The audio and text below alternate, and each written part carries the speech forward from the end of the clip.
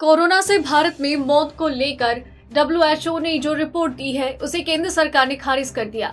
WHO ने अपनी report में भारत में कोविड-19 महामारी के चलते करीब 47 लाख लोगों की मौत का अनुमान लगाया। WHO की ओर से गुरुवार को जारी रिपोर्ट में ये कहा गया कि जनवरी 2020 से लेकर 2021 के बीच में करीब 47 लाख लोगों की मौत हुई, जबकि आधिकारिक तौर पर दिए गए आंकड़ों से ये करीब 10 गुना ज्यादा है। क्यों उठ रहे WHO के आंकड़ों पर सवाल? देश के शीर्ष स्वास्थ्य विशेषज्ञों ने WHO की ओर से कोरोना या इसके प्रभाव की वजह से भारत में 47 लाख लोगों की मौत का अनुमान लगाने के लिए प्रयुक्त मॉडलिंग पद्धति पर सवाल खड़े किए। इसके साथ ही उन्होंने कहा कि वो इस संबंध में वैश्विक स्वास्थ्य निकाय द्वारा अपनाए गए दृष्टिकोण से निराश हैं, जो सबके लिए एक ही नीति अपनाने के समान है।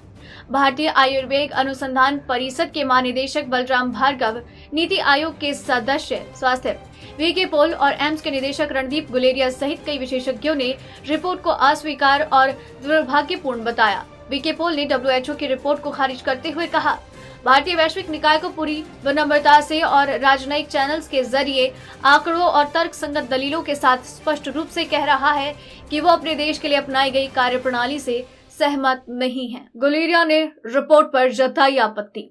नीति आयोग के सदस्य ने कहा, अब जबकि सभी कारणों से अधिक मौतों की वास्तविक संख्या उपलब्ध है, केवल मॉडलिंग आधारित अनुमानों का उपयोग करने का कोई औचित्य नहीं।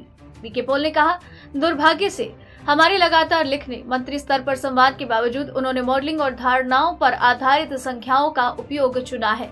उन्होंने कहा, भारत जैसे आकार वाले देश के लिए इस तरह की धारणाओं का इस्तेमाल किया जाना और हमें खराब तरीके से पेश करना वांछनीय नहीं। NTAGI के अध्यक्ष NK अरोड़ा ने भी रिपोर्ट को बेहद ही दुर्भाग्यपूर्ण बताया और कहा कि कई विकसित देशों की तुलना में भारत की मृत्यु दर सबसे कम है। और बलराम भार्गव ने कहा, जरूरी बात यह है कि जब कोविड की मौतें हुई थी तो उस समय हमारे यहाँ मृत्यु की परिभाषा नहीं थी, यहाँ तक कि WHO के पास भी इस संबंध में कोई परिभाषा ही नहीं थी। तो वहीं रणदीप गुलेरिया ने भी रिपोर्ट पर आपत्ति जताई और कहा, भारत में जन्म और मृत्यु पंजीकरण की बहुत मजबूत प्रणाली है और वो आंकड़े उपलब्ध है, लेकिन WHO ने उन आंकड़ों का उपयोग नहीं किया। इसी तरह से हर एक अपडेट को जानने के लिए चैनल के साथ बने रहिए और चैनल को सब्सक्राइब कर लें।